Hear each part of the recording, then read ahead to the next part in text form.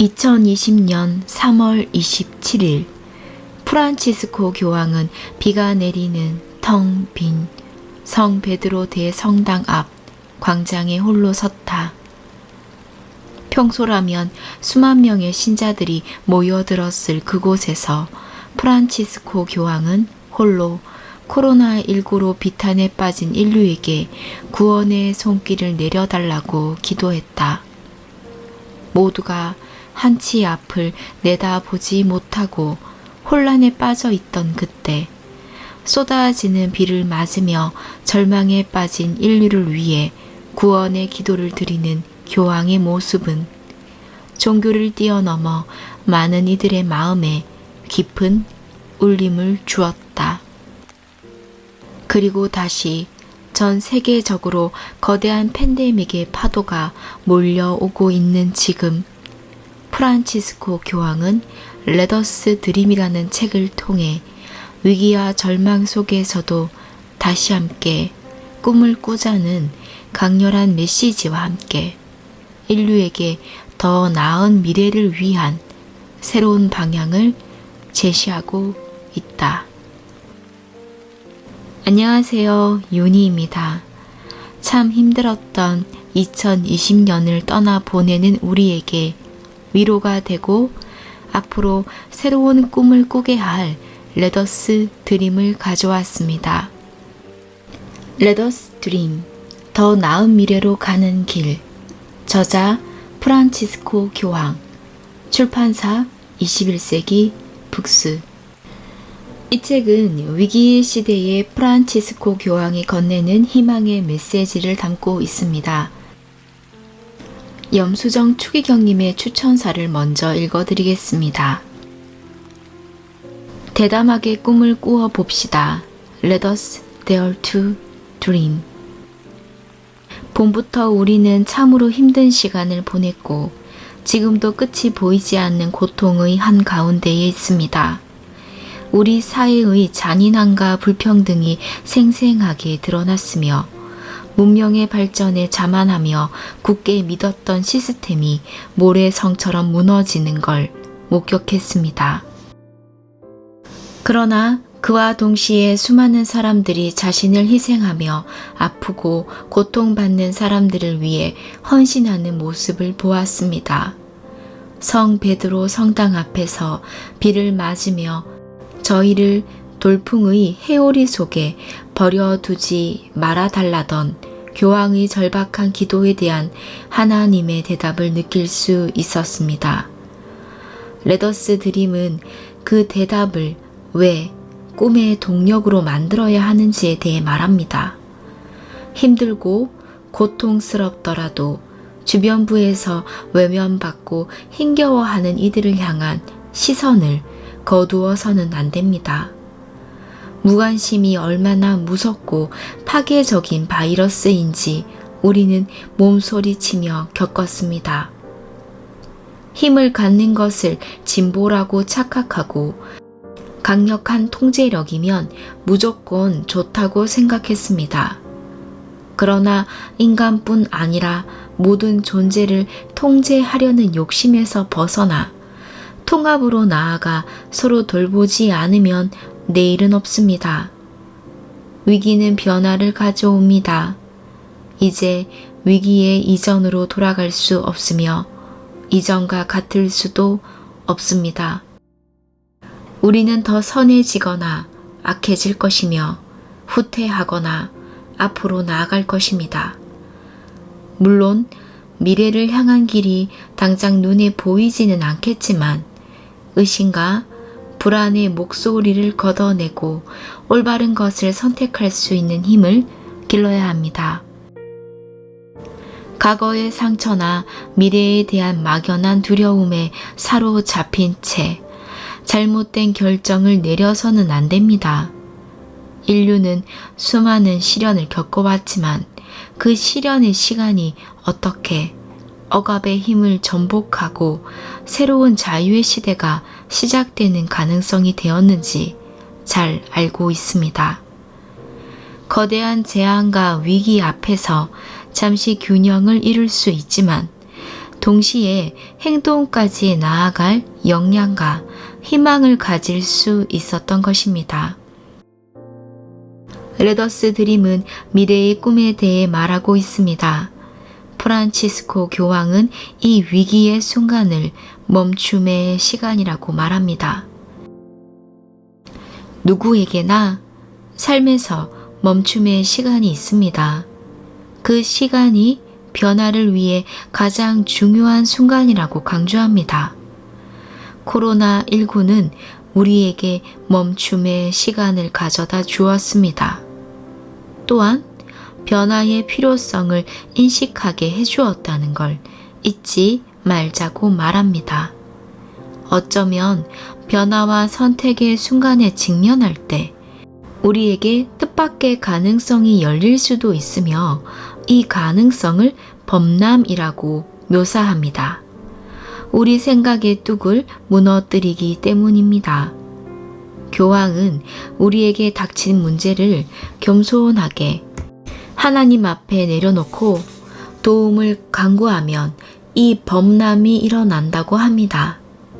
그는 새로운 용기와 연민을 보여준 이들, 공경에 빠진 사람들을 돕겠다고 나선 사람들, 이웃의 고통을 씻어주는 구체적인 방법을 제시하는 사람들을 보며 자비의 물결이 넘쳐 흐르는 범람의 순간을 보았다고 합니다. 그리고 이 모습에서 위기를 겪고 나면 더 선해질 거라는 희망을 품게 되었다고 합니다.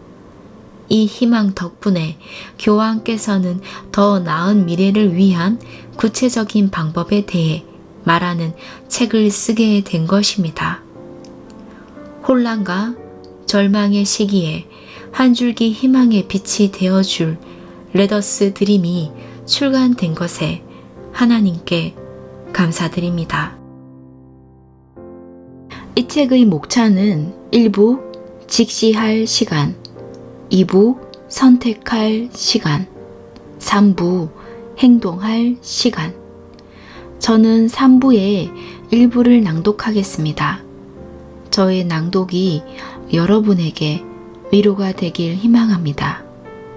3부 행동할 시간. 존엄성을 회복하는 길. 위기와 고난의 시대를 맞아 우리 몸의 익은 습관이 흔들릴 때 하나님의 사랑이 찾아와 우리를 정화하고 우리에게 하나의 백성이라고 다시 말해줍니다. 우리는 한때 하나의 백성이 아니었지만 이제는 하나님 백성입니다. 하나님의 친밀함이 우리를 불러 모읍니다. 인도 시인 라빈드라나트 타고르는 그대는 나를 이끌어 알지 못하는 친구들과 어울리게 하셨습니다. 그대는 먼 곳을 가깝게 하셨고 낯선 이와 내가 형제가 되게 하셨습니다. 라고 노래했습니다. 이번 행동의 시간은 우리에게 일체감을 회복하라고 요구합니다. 우리가 하나의 백성에 속해 있다는 걸 알아야 한다고 촉구합니다. 하나의 백성이라는 게 무슨 뜻일까요? 이것은 생각의 한 범주이고 신비로운 개념입니다. 그렇다고 공상이나 신화라는 뜻은 아니며 보편적 진리를 손으로 만질 수 있고 눈으로 볼 수 있게 만드는 특별한 것이라는 의미입니다. 백성이란 신비로운 범주는 많은 것에 근거를 두고 있습니다. 역사와 언어, 특히 음악과 춤과 관련된 문화를 근거로 하지만 무엇보다 집단 기억과 지혜에 근거를 둡니다. 그 기억이 하나의 민족을 뭉치게 해주고 그 기억은 역사와 풍습, 종교적이거나 그렇지 않은 전례, 또 객관적이고 합리적인 것을 초월하는 끈에 담겨 있습니다. 백성의 이야기는 언제나 존엄과 자유의 축으로 시작되고 결국에는 투쟁하며 연대감을 높여간다는 이야기입니다. 이스라엘 백성의 경우에는 이집트에서 노예 상태에서 탈출하는 엑소더스, 로마인의 경우에는 도시의 설립이 있었습니다. 남아메리카 국가들의 경우에는 독립을 위한 투쟁이 있었습니다. 한 국민이 투쟁의 시기에 전쟁과 역경을 통해 공유된 존엄성을 자각하게 되듯이 그 자각을 망각할 수도 있습니다. 심지어 고유한 역사조차 잊어버릴 수 있습니다. 평화와 번영의 시기에는 민족이 단순한 대중으로 해체되고 그들을 하나로 묶어주는 원칙까지 망각할 위험이 있습니다. 이런 사태가 벌어지면 중심이 주변부를 희생시키며 살아갑니다. 또 국민이 여러 종족으로 갈라져 경쟁하고 착취당하고 무시당하는 사람들은 불의에 분노하며 끌어오를 수 있습니다. 자신을 국민의 구성원이라 생각하지 않고 지배력을 차지하려고 경쟁하며 대립을 모순되는 것으로 바꿔갑니다. 이런 상황에서 사람들은 자연계를 더 이상 보살펴야 할 유산으로 생각하지 않기 때문에 권력자는 조금도 망설이지 않고 자연으로부터 최대한 많은 것을 뽑아내려 합니다. 무관심과 이기주의, 편안히 현실에 안주하는 문화, 사회의 깊은 내홍과 그에 따른 폭력 사태와 같은 현상이 바로 국민으로서 존엄성을 상실했다는 징표입니다. 이는 국민의 존재 자체를 믿지 않는 지경에 이르렀음을 의미합니다. 국민이 이렇게 약화되고 분열되면 온갖 형태의 식민지하에 쉽게 먹잇감이 됩니다. 그러나 외세에 의해 점령되지 않은 경우에도 국민은 본래의 존엄성을 일찌감치 포기하며 역사의 주인공이 되는 걸 중단하기도 합니다. 하지만 때때로 닥치는 큰 재앙이 그들이 원래 자유롭고 하나의 존재였다는 기억을 되살립니다. 예언자들이 백성들에게 진정으로 중요한 것, 즉 그 백성이 처음에 사랑하던 것을 다시 기억하게 해주면 열정적인 추종자들이 갑자기 생겨납니다. 시련의 시간은 백성들을 안팎에서 억압하는 것이 전복되고 새로운 자유의 시대가 시작될 수 있는 가능성을 열어줍니다. 그런 재앙에 우리가 잠깐 동안 균형을 잃고 휘청될 수 있지만 얄궂게도 그런 재앙 덕분에 사람들이 기억을 회복하고 그 결과 행동하는 역량과 희망까지 되살릴 수 있습니다. 여러 위기에서 입증되었듯이 우리 인간은 힘에 맹목적으로 휘둘리지 않고 오히려 역경 속에서 행동합니다. 재앙이 닥치면 우리가 한없이 취약한 존재라는 것이 드러납니다. 우리가 마음대로 계획하고 우선순위를 정할 수 있도록 지켜준다고 생각하던 안전망이 허울에 불과하다는 것도 밝혀집니다. 또한 공동체의 삶을 지켜주며 강화해주던 것을 우리가 무시하며 살았고 우리가 무관심과 현실 안주라는 거품 속에서 무기력해져 있었다는 것도 드러납니다. 동시에 반복되는 불안과 좌절에 시달리면서도 새로운 것에 끝없이 매혹되고 정신없이 바쁜 삶에서도 인정받고 싶은 욕망에 사로잡힌 채 주변의 고통에 관심을 기울이지 못했다는 것도 깨닫게 됩니다. 그런 고통에 대한 반응에서 우리의 진정한 성격이 측정됩니다. 우리가 백성으로서 존엄한 존재였다는 기억을 되살릴 때 우리에게 진정한 삶의 방식을 알려주었던 신비로운 범주를 대체한 실질적인 범주들이 오히려 부적절하다는 걸 깨닫기 시작할 겁니다. 광야를 떠돌던 이스라엘 백성은 주님이 그들에게 약속한 자유보다 황금 송아지라는 실용주의를 더 좋아했습니다. 이 시대에도 사회는 각자 최선의 이익을 추구하는 개인의 결합체에 불과하고 백성의 하나됨은 객적은 거짓말에 불과하며 시장과 국가의 힘 앞에 우리는 무력한 존재이고 삶의 목적은 이익과 힘을 얻는 데 있다는 말이 곳곳에서 들려옵니다. 그러나 이제 폭풍이 밀려오고 우리는 그렇지 않다는 걸 알게 되었습니다. 모든 것을 맑게 보여주는 현재의 순간을 헛되이 흘려보내서는 안 됩니다. 코로나19의 위기에 대응하여 우리가 백성으로서의 존엄을 회복하고 우리 기억을 되살리며 우리 뿌리를 기억하는데 적절히 행동하지 못했다는 말이 향후에 나오지 않도록 해야 합니다. 때때로 닥치는 큰 재앙이 우리가 원래 하나였다는 기억을 되살려줍니다. 시련의 시간은 우리를 더욱 강하게 하고 새로운 자유의 시대가 시작될 수 있다는 가능성을 알게 할 것입니다. 다음은 성김으로 우리를 구원하는 길 읽어드리겠습니다. 내가 말하는 국민의 존엄성은 그 국민의 영혼, 즉 그 국민이 세계를 바라보는 방법에서 비롯되는 자각을 뜻합니다. 국민의 존엄성은 어디에서 비롯되는 걸까요? 그 존엄성은 나라의 부함이나 전쟁에서의 승리에서 비롯되는 걸까요? 이런 성취는 자부심, 더 나아가 교만의 원인이 될 수 있습니다. 그러나 인간의 존엄성, 심지어 지독히 가난한 사람들, 더없이 가련한 사람들, 노예 같은 삶을 사는 사람들의 존엄까지도 모두 하나님의 친밀함에서 비롯됩니다. 한 민족에게 존엄성을 부여하고 그들을 일으켜 세우며 희망의 지평을 열어주는 것은 하나님의 사랑과 친밀함입니다. 이런 의미에서 이스라엘 백성을 자세히 들여다보는 것도 도움이 되리라 생각합니다.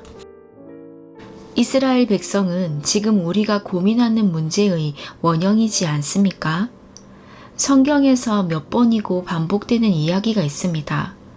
하나님은 모세에게는 친밀함을 드러내 보이고 영원한 사랑을 약속하고 서약하며 이스라엘 민족을 구원합니다.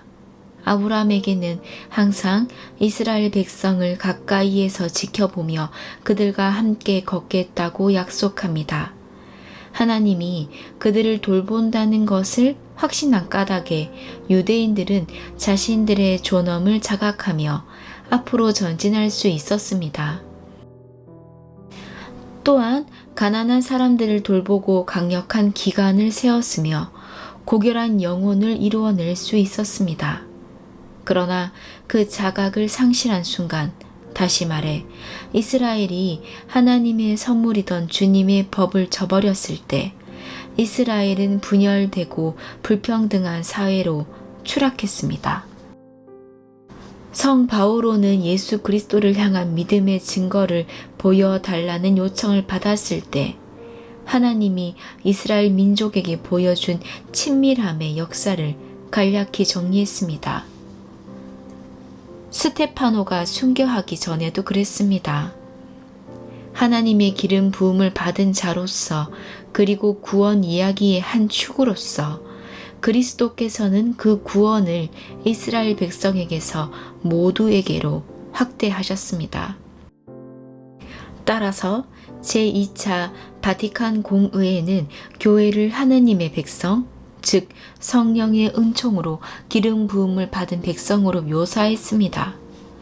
성령은 지상의 모든 민족의 모습을 하고 있으며 각 민족은 그 자체로 고유한 문화와 많은 얼굴을 갖고 있었습니다.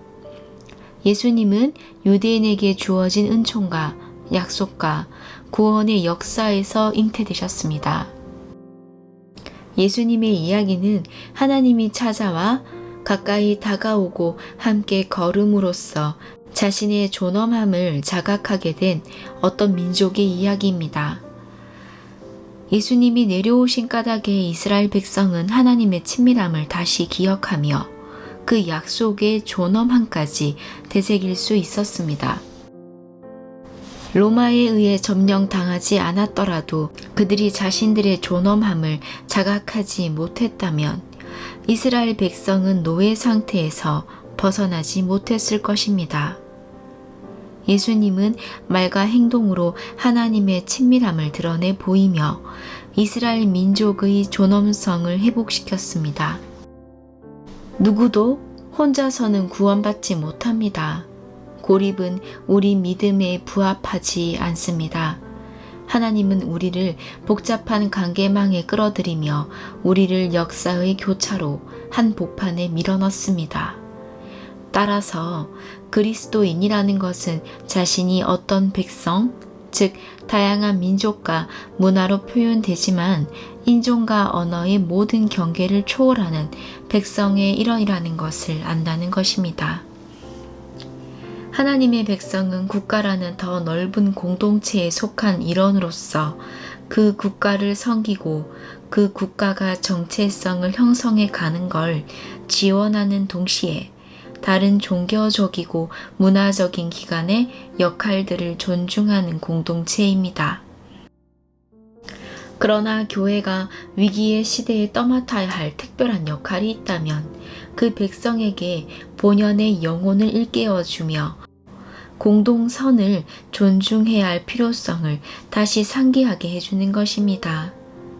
예수님이 그렇게 하셨습니다. 예수님은 하나님의 백성에게 하나님에 대한 소속감과 서로의 연대감을 더해주고 강화하려고 오셨습니다. 그 때문에 하나님 나라에서 가장 중요한 사람은 자신을 낮추며 다른 사람, 특히 가난한 사람을 섬기는 사람입니다. 교회는 많은 얼굴을 가진 백성이며 문화권에 따라 무수히 많은 방법으로 이 진실을 표현합니다.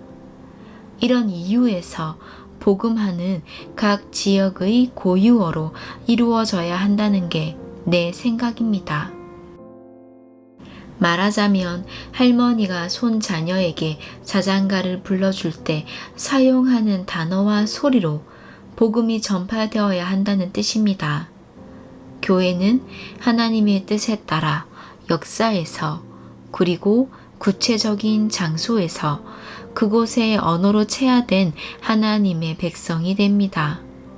물론 하나님의 백성 또 예수님의 소명은 문화와 지리의 모든 경계를 넘어섭니다. 교회의 소명은 하나님의 백성을 지향하는 것이지만 어떤 국가에게나 그들의 목적을 대체하는 인류 모두를 위한 공동선이 있다는 걸 깨우쳐 주는 것도 교회의 소명입니다. 언제나 전체는 부분보다 크고 하나가 되면 갈등을 초월할 수 있습니다. 이런 이유에서 그리스도인은 항상 개인의 권리와 자유를 옹호하지만 결코 개인주의자일 수는 없습니다. 그리스도인은 애국심으로 조국을 사랑하고 섬기지만 국가주의자가 되지는 않습니다. 그리스도 교회의 확고한 중심은 본질적인 선언, 즉 캐리그마입니다.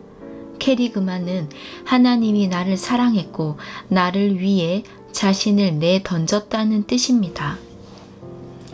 예수 그리스도의 죽음과 부활, 십자가에 못 박히며 예수 그리스도가 보여준 사랑은 우리에게 선교하는 제자가 되라는 부름이며 우리에게 서로 더 큰 인간 가족의 형제 자매가 되라는 초대, 특히 고아처럼 외로움에 시달리는 사람들에게 형제나 자매가 되라는 초대입니다. 만약 여러분이 나에게 그리스도교가 잘못된 방향으로 가는 징후 중 하나가 무엇이냐고 묻는다면 나는 주저없이 우리가 하나의 백성에 속해 있다는 걸 망각하는 것이라고 대답할 것입니다. 도스토예프스키의 카라마조프가의 형제에서 조심하신 부가 말하듯이 구원은 사람들로부터 오는 것입니다. 자신을 하나님 백성보다 위에 둔다는 것은 주님이 이미 자신의 백성에게 성류를 부어주며 일으켜 세웠다는 걸 망각하는 것입니다. 자신을 국민 위에 두는 생각은 결국 도덕주의와 법률 만능주의, 교권주의와 위선적 형식주의 등 엘리트주의적 이데올로기로 치닫기 마련입니다. 따라서 하나님의 백성에 속한다는 게 얼마나 즐거운 것인지를 전혀 모릅니다.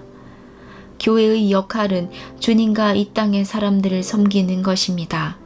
교회는 그들을 지배하고 그들에게 군림하기 위해서가 아니라 그들의 발을 씻어주기 위해 이 땅에 보내진 것입니다.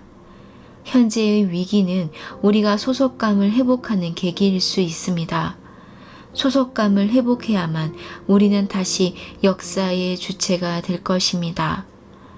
지금은 형제애와 연대성의 윤리를 회복하고 신뢰와 소속감을 통한 유대를 되살려야 할 때입니다. 우리를 구원하는 것은 아이디어가 아니라 마음의 교류이기 때문입니다. 타인의 얼굴만이 우리 안에서 가장 좋은 면을 일깨울 수 있습니다. 우리는 다른 사람을 섬길 때 우리 자신을 구원할 수 있습니다. 북튜버의 진심입니다. 우리의 2021년은 지금보다는 덜 아프고 함께 회복하길 바랍니다. 오늘도 함께 해주셔서 감사합니다. 낭독을 하는 저는 다정한 목소리 윤이었습니다. 선배님들을 축복합니다. God bless you.